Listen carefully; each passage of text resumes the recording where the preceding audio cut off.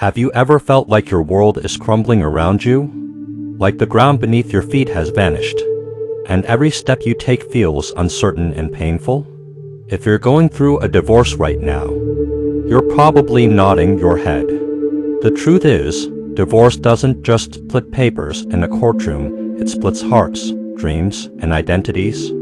I want you to pause for a moment and breathe, because today, we're going to talk about something powerful, a prayer for healing in the times of divorce. Let me be real with you. Divorce is messy. It's painful.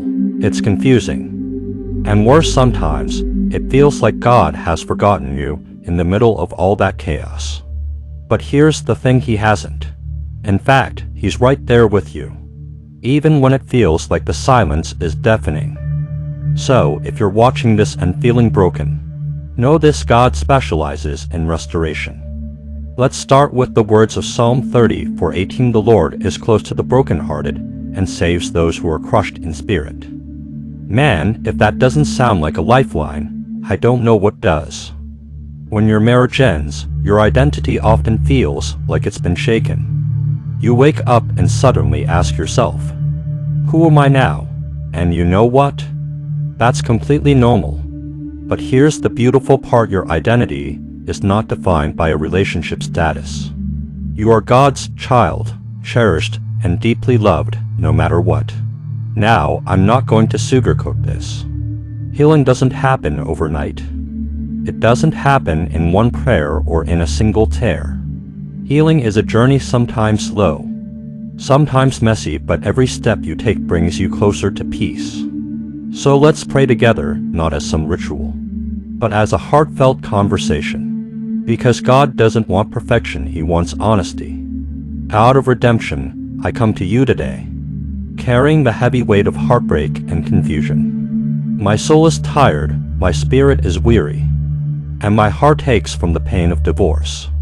Lord, I ask you to wrap me in your comfort.